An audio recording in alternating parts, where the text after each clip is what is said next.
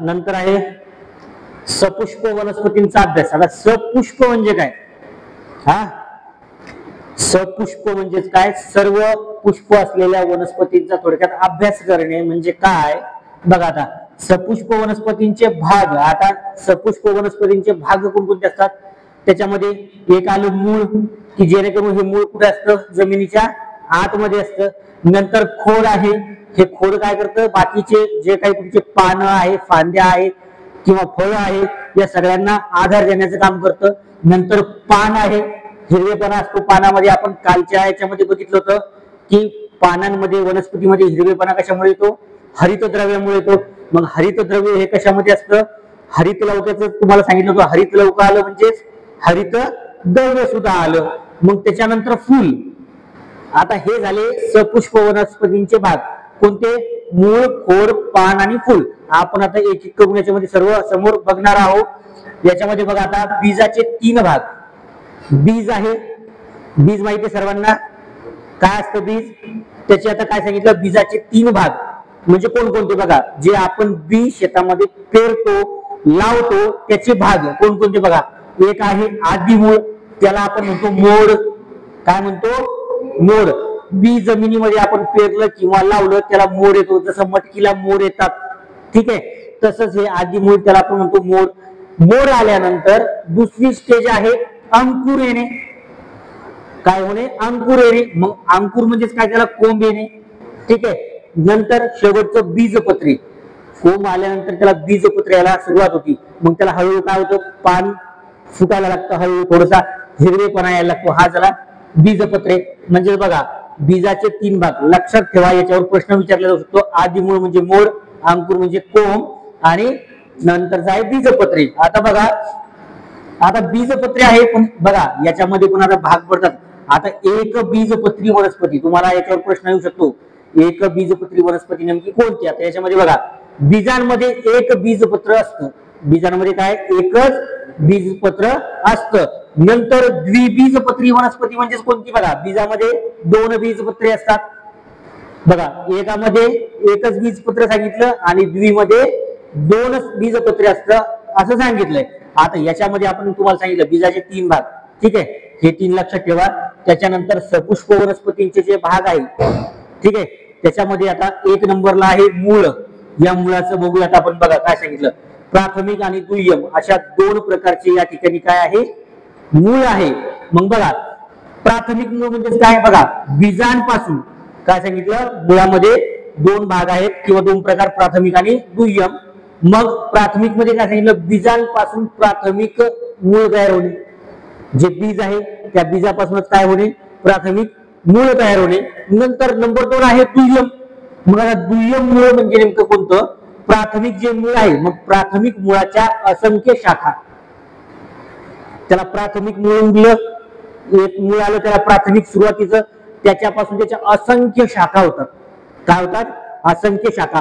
म्हणजे त्याला अजून त्याला काय? मूळ फुटायला लागतात. आता एक कधी असं बघितलं का की एखादं झाड आहे, लिंबाचं झाड आहे, वडाचं झाड आहे, ठीक आहे, किंवा बाभळीचं झाड आहे, त्याला एकच मूळ आहे, असं झाले का? घडले का? बघितलं का? नाही, त्याला असंख्य मूळ आहे.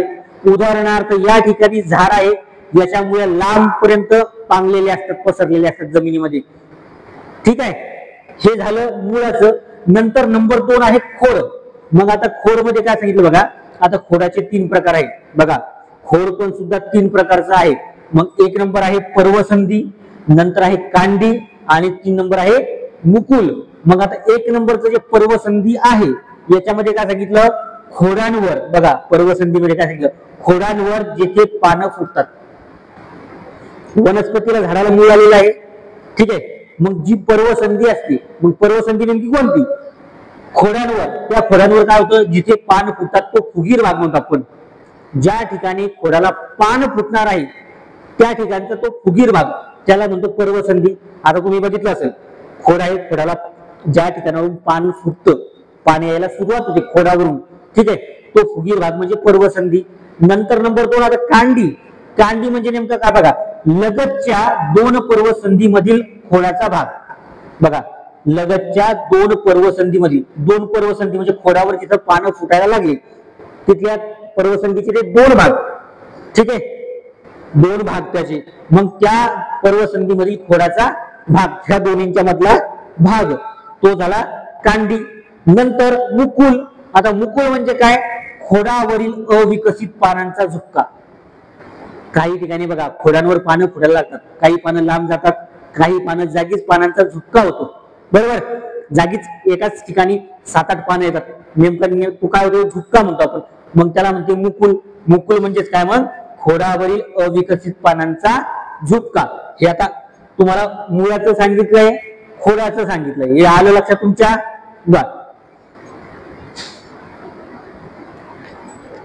बघा इकडं. त्यानंतर आता खोडाचं बघितलं आपण, ठीक आहे. पण या ठिकाणी आता खोडाची जी कार्य आहेत, नेमकं खोड काय काम करते मी तुम्हाला अगोदर सांगितलं होतं. फांद्या, पानं, फुलं यांना आधार देणे, तसंच आधार तर देतच, पण जमिनीमध्ये जे झाडाचे मुळ आहेत, थोडक्यात काय बघा, मुळांनी शोषलेले क्षारयुक्त पाणी झाडांच्या इतर भागांना पोहोचविणे. बघा काय करतं ते? क्षारयुक्त जे पाणी आहे ते शोषून घेतलं, शोषून घेतल्यानंतर झाडांच्या इतर भागांना, इतर अवयवांना ते काय करतं? पोहोचवतं. मग हे झालं कार्य. नंतर आता पूरक कार्य. पूरक कार्य म्हणजे बघा नेमकं पूर्ण कार्य कोणतं? आता अन्न संचय, अन्नांचं काय करणे? साठवण करणे, अन्न संचय. बघा कशी. मग हे बटाटा आणि आले, बघा बटाटे आणि आले हे पूरक संचय आहे. म्हणजेच बटाटा आणि आले आहेत, जमिनीमध्ये आल्यानंतर ते काय करतं? संचय निर्माण करतं, बरोबर आहे. बटाटे आणि आले आहे हे जमिनीत काय करते? त्याचा संचय निर्माण करतं की नाही? म्हणून त्याला काय म्हटलंय? पूरक कार्य. अन्न संचय असले कोणता आहे? बटाटा आणि आले. त्यानंतर खोडाचे प्रकार. आता आपण बघितलं, पण खोडाचे प्रकार बघा नेमके आता कोणते आहे?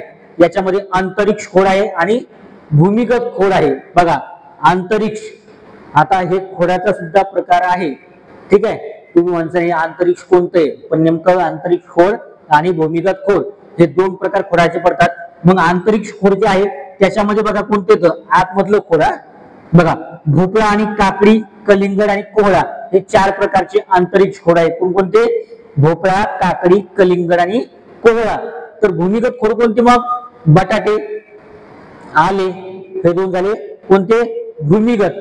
भूमिगत म्हणजे भू म्हणजे काय? जमीन. म्हणजे भूच्या आतमध्ये येणारे, जमिनीच्या आतमधले खोड, आणि जमिनीच्या बाहेरचे येणारे भोपळा असेल, काकडी आहे, कलिंगड आहे आणि कोहळा आहे. बरं, ह्या भूमिगत खोड मध्ये बटाटा आणि आले तर आहेच, पण मुकुल खोडाचे अवयव स्पष्ट दिसतात. त्याच्यावर काय सांगितलं? मुकुल खोडाचे अवयव स्पष्ट दिसतात. मग मुकुल अवयव म्हणजे कोणता सांगितलं तुम्ही? की खोडांवर काय दिसणे? पानांचा झुपका दिसणे. सांगितलं होतं पानांचा झुपका दिसणे म्हणजे आपण त्याला मुकुल म्हटलं होतं. मग या भूमिगत खोडामध्ये बटाटे आणि आले हे 2 तर येतात, पण मुकुल खोडाचे अवयव स्पष्ट दिसतात. मुकुल खोडाचे अवयव म्हणजे मी ते सांगितलं की पानांचा त्या ठिकाणी काय दिसणे? झुपका दिसणे. समजलं इथपर्यंत?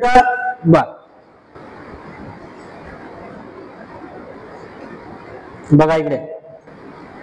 आता याच्यामध्ये नंबर 3 आहे पान, ठीक आहे. पान म्हणजे कोणतं? वनस्पतीचं पान, खायचं पान नाही, ठीक आहे. मग पानामध्ये बघा, आता हे पान नेमकं करतं काय वनस्पतीमध्ये? अन्न निर्मितीचे कार्य पानात होते. काय सांगितलं बघा, जे वनस्पती अन्न तयार करते, अन्न निर्माण करते, हे काम कुठे होतं? पानामध्ये होतं. मग आता पानामध्ये मी याच्या अगोदर तुम्हाला सतत सांगत आलो की पानामध्ये हरितद्रव्य असतं. या हरितद्रव्यामुळे पानाला हिरवा रंग असतो, हे सांगत आलेलो आहे. मग या पानामध्ये बघा अन्न निर्मितीचं कार्य कोण करतं? पान करतं. नंतर पर्णवृंत. आता याच्यामध्ये बघा, आता हे पानाचे प्रकार आहे. बघा काय आहे? पानाचे प्रकार. 1 नंबर आहे पर्णवृंत, नंबर 2 आहे पर्णपाते आणि नंबर 3 आहे उपपर्णे. आता याच्यामध्ये आपण 1 नंबरचं बघणार आहोत पर्णवृंत. म्हणजे या पर्णवृंत म्हणजेच नेमकं आपण त्याला काय म्हणतो? देठ. पानाचं जे देठ असतं का, ठीक आहे, त्याला आपण म्हणतो पर्णवृंत. मग आता हे देठ बघा, देठ नेमकं काय? पपई आहे आणि एरंडी आहे. काय सांगितलं? पपई आणि एरंडी. मग हे कसे असते? लांब देठाचे आहेत. पपई आणि एरंड कसे आहेत? लांब देठाचे आहेत. आणि करडई, पिवळा धोत्रा या पानांना देठ नसतो. काय सांगितलं? तुमची करडई आहे आणि पिवळा धोत्रा जो आहे या पानांना देठ नसतो, पण याचे जे आहे पपई आणि एरंडीची, ठीक आहे, याला काय सांगितलं, हे लांब देठाचे असतात, याचे देठ कसे असतात, लांब असतात. नंतर नंबर 2 आहे पर्णपाती. बघा पर्णपातीमध्ये काय सांगितलं, पानाचा हिरवट पसरट भाग, पानाचा जो हिरवट पसरट भाग आहे त्याला आपण म्हणतो पर्णपाती. ठीक आहे, पात माहिती आहे सगळ्यांना, म्हणून त्याला पर्णपाती म्हणजे पानांचेच पाते थोडक्यात, म्हणून काय म्हटले, पानाचा हिरवा पसरट भाग. मग आता याच्यामध्ये अन्न तयार करण्याचे मुख्य कार्य करते. तुम्ही म्हणले असेल की सर तुम्ही पानामध्ये सांगितलं अन्न निर्मितीचं कार्य पानात होतं ना, पण आपण हे पानाचे काय पाहतो, प्रकार पाहतो. मग आपलं पर्णपातीमध्ये ते सांगितलं अन्न तयार करण्याचे मुख्य कार्य कुठं होतं, पानाच्या पसरट भागामध्ये होतं. ठीक आहे, नंतर या ठिकाणी सांगितलं उपपर्ण. आता उपपर्णमध्ये काय सांगितलं बघा, पर्णवृत्त. पर्णवृत्त आपण बघितलं देठ, ठीक आहे. पर्णवृत्त पर्वसंधी लगतच्या, पर्वसंधी सुद्धा आपण बघितलं, दोन भाग त्याच्या मधातलं खोड बघितलं वनस्पतीमध्ये. मग पर्णवृत्त पर्वसंधी लगतच्या खोडाला, बघा पर्वसंधी लगतचं सांगितलं मी. मग त्या खोडाला जेथे जोडलेले असते, ज्या ठिकाणी ते जोडलेलं असतं त्या ठिकाणी असणाऱ्या दोन छोट्या हिरव्या पानांना उपपर्णे म्हणतात. त्या ठिकाणी खोड आहे, त्या ठिकाणी दोन भाग जोडलेले आहेत. मग बघा त्या दोन छोट्या हिरव्या पानांना काय म्हणतो आपण, उपपर्णे असे म्हणतो. दोन छोटे पानं सारखेच या ठिकाणी जोडलेले आहेत, या दोन पानांना मग काय म्हणतो आपण, उपपर्णे म्हणतो. त्या ठिकाणी एक पान आहे का, नाही. सांगितलं काय, पर्णवृत्त पर्वसंधी लगतच्या, म्हणजेच काय, पर्णवृत्त आहे पण त्याला दोन फाटे फुटलेले आहेत. त्या दोन फाटे फुटलेल्या मधातल्या याला काय म्हणतो आपण, दोन छोट्या हिरव्या पानांना उपपर्णे म्हणतो. नंतर सर्व झाडांच्या पानांना उपपर्णे नसतात. बघा सर्व झाडांच्या पानांना उपपर्णे असतात का, नाही. मग बघा काय सांगितलं, उदाहरणार्थ बघा आंबा आहे, पेरू आहे. बघा काय सांगितलंय, आंबा आणि पेरू याला उपपर्णे नसतात. आता तुम्ही आंब्याचे पानं बघितले, पेरूचे पानं बघितले, याला कधी बघितलं का उपपर्णे, बघितलं का, पानाला पान दोन अशी पान, त्याला काय आहे, देठ असून नंतर पसरलेले आहेत पानं. ठीक आहे, मग आंबा आणि पेरू याला उपपर्णे नसतात. नंतर महत्वाचं बघा, आता जास्वंदाचं झाड माहिती आहे सगळ्यांना. ठीक आहे, मग आता जास्वंदीचं काय सांगितलं बघा, जास्वंदीच्या पानाची उपपर्णे स्पष्ट दिसतात.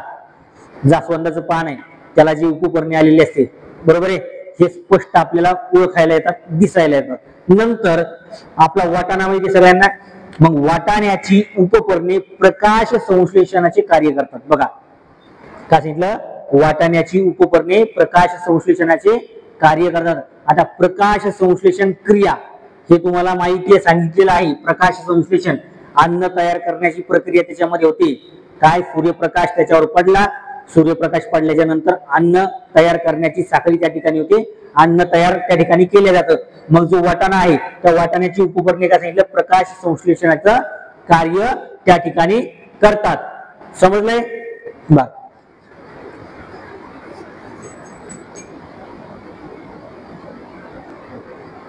याच्या अगोदर आपण बघितलंय, ठीक आहे, पानांचं बघितलं होतं. ठीक आहे, पानामध्ये सांगितलं होतं देठ कोणत्या वनस्पतीला असतं कोणत्या नसतं. तुम्हाला उदाहरण दिलं होतं, पपईचं दिलं, त्याच्यानंतर करडईचं दिलं, बरोबर आहे, पिवळा धोत्रास हे सांगितलं होतं. आता याच्यामध्ये बघा पानाचे दोन प्रकारचे पान असतात, एक आहे संयुक्त पान, दुसरं आहे साधे पान. मग आता संयुक्त पानामध्ये किंवा साधं, आता एक नंबरला आपण साधं पान घेऊ. साध्या पानामध्ये बघा पर्णपाते. आता मी तुम्हाला पर्णपात्याचं सुद्धा सांगितलेलं आहे, पानांचा पसरट भाग. पर्णपाते मध्य शिरेपर्यंत स्वतंत्र, बघा पर्णपाते काय करतं, मध्य शिरेपर्यंत स्वतंत्र छोट्या भागात विभागलेले असते. पानांचा पसरट भाग आहे, त्या पसरट भागामध्ये काय असेल तुम्हाला, मध्य शिरेपर्यंत स्वतंत्र छोट्या भागात हे काय असतं, विभागलेलं असतं. मग आता उदाहरणार्थ सांगितलं तुम्हाला, एक नंबर आहे वड. ठीक आहे, वडाचं सुद्धा पान तसं आहे. कसं, पर्णपाते मध्य शिरेपर्यंत स्वतंत्र छोट्या भागात विभागलेलं आहे वडाचं पान. नंतर आंबा सुद्धा तोच आहे, आंब्याचं पान. तुम्ही आंब्याचं पान जर बघितलं तर ते सुद्धा तसं आहे. नंतर भोपळा, धोतरा यांची पाने साधी असतात. काय सांगितलं, यांची पाने कशी असतात, साधे पानं असतात. साधे म्हणजे काय, की स्वतंत्र छोट्या भागामध्ये त्यांचं काय आहे, पर्णपाते विखुरलेले आहे, विभागलेले आहे. नंतर संयुक्त पान, मग संयुक्त पानामध्ये काय सांगितलं बघा, पर्णपाती. आता संयुक्त मध्ये पर्णपाते मध्य शिरेपर्यंत स्वतंत्र छोट्या भागात विभागलेले असतात. सॉरी, मी तुम्हाला पहिले काय सांगितलं होतं, पर्णपाती मध्य शिरेपर्यंत विभागलेले नसतात आहे. म्हणजे काय आहे, विभागलेले नसतात. तुम्हाला सांगताना चुकी झाली की त्या ठिकाणी मी सांगितलं असतात, ठीक आहे, पण ते काय आहे, मध्य शिरेपर्यंत स्वतंत्र छोट्या भागामध्ये विभागलेले नसतात. मग या ठिकाणी संयुक्त पानामध्ये काय आहे, छोट्या भागात विभागलेले आहे, साध्या पानामध्ये विभागलेले नाहीये, याच्यामध्ये विभागलेले आहे. मग प्रत्येक स्वतंत्र लहान पानास काय म्हणतो आपण, पर्णिका म्हणतो. काय म्हणतो, पर्णिका. प्रत्येक स्वतंत्र लहान पानास, पान कसं आहे, स्वतंत्र आहे, लहान आहे, त्याला काय म्हणतो आपण, पर्णिका म्हणतो. ठीक आहे. मग नंतर याचं उदाहरण बघा, गुलाब, कडुलिंब, चिंच, गुलमोहर आणि बाबूळ यांचे पानं कसे आहे बघा, स्वतंत्र छोट्या भागामध्ये विभागलेले आहेत. मग आता हे झालं दोन प्रकारचे पानं, साधं पान आणि संयुक्त पान. आता आपलं शेवटचं राहिलेलं आहे फुल. आता फुलामध्ये पण आपण वेगवेगळ्या प्रकारचं बघणार आहोत. नंतर आहे आता फुलाचं, याच्यामध्ये बघा काय सांगितलं, वनस्पतीचं जे फुल आहे, वनस्पतीला जे फुल येतं, मग या फुलांमध्ये बघा याचं वनस्पती, याच्यामध्ये काय होतं, वनस्पतींचं प्रजनन होतं. आता मी तुम्हाला प्रजनन बाबत अगोदर सांगितलं होतं, ठीक आहे, कोणकोणत्या प्रकारचं प्रजनन आहे. मग याच्यामध्ये वनस्पतीचं प्रजनन होतं. मग याच्यामध्ये बघा काय होतं, कार्य काय नेमकं, आता फुल नेमकं काय कार्य करतं. एक नंबर फळ तयार करणं, बघा फुलाचं काय काम आहे, फळ तयार करणं. दुसरं बीज तयार करणं. आता वेगवेगळ्या प्रकारचे फुलं आहेत, जसं की झेंडूचं फुल आहे. झेंडूचं फुल सुकल्यानंतर, वाळल्यानंतर आपण जर त्याला कुच करून जर टाकलं तर त्याच्यापासून काय होतं, त्याचं बी पडून पुन्हा त्याचे रोप तयार होतात. मग या फुलामध्ये फळ तर तयार होतच, त्याचबरोबर बीज सुद्धा तयार होतं. नंतर आता याच्यामध्ये फुलाचे जे आहेत ते चार भाग आहेत, आपण त्याला मंडल म्हणतो. लक्षात ठेवा, वनस्पतीच्या भाषामध्ये त्याला आपण म्हणतो मंडल. मग फुलाचे चार मंडल आहेत एकूण. त्यापैकी एक नंबर पहिला आहे निदलपुंज. आता तुम्ही म्हणसाल हे कशा प्रकारचे नाव आहेत, एक नंबरचं आहे निदलपुंज, त्याला आपण इंग्लिश मध्ये म्हणतो कॅलिक्स.